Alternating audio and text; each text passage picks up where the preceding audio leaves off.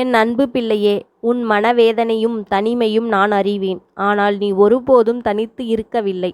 உன் தனிமையில் நான் உன்னோடு இருக்கிறேன். ஒரு செய்தி, நல்ல செய்தி உனக்கு ஒரு தொலைபேசி அழைப்பு மூலம் வரும். உன் நல்ல மனதால்தான் நீ அனைத்தையும் பொறுத்து கொண்டு இருக்கிறாய். ஆனால் அதை உணர வேண்டியவர்கள் உணராதது போல் நடிக்கிறார்கள்.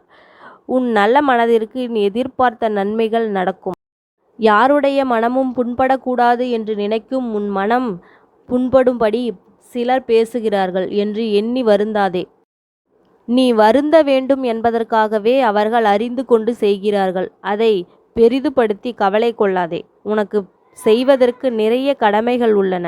அவற்றில் கவனம் செலுத்தி இப்போதுதான் நீ கர்ம வினையை தீர்த்து மீண்டும் வரும் காலகட்டம். உன்னை முன்னேற்றம் விஷயத்தில் மட்டும் கவனம் செலுத்து. உனக்கு நல்லதே நடக்கும். உனக்கு பல நேரங்களில் துன்பத்தை கொடுப்பது உன் மனது.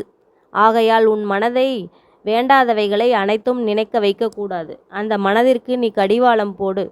அதனை தடுப்பதற்கு எனது நாமத்தை அதிகமாக கூறிக்கொண்டே இரு. உன்னை நான் கண்ணுக்குள் வைப்பேன் என் பிள்ளையே.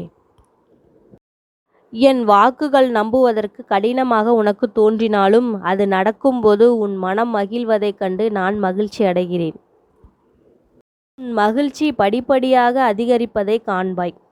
உன் வாழ்வில் தோல்விகளுக்கு முற்றுப்புள்ளி வைக்க நீ தோல்வியின்றி உற்சாகமாக உழைக்க வேண்டியது அவசியம். நீ உன் போக்கில் இயல்பாக பதட்டமின்றி இரு. புரியாத ஒன்று ரகசியமாகவே இருந்து விட்டு போகட்டும். புரிந்து கொள்ள முயற்சித்து உன் நிம்மதியை இழக்காதே. உன் மனம் தூய்மையானது.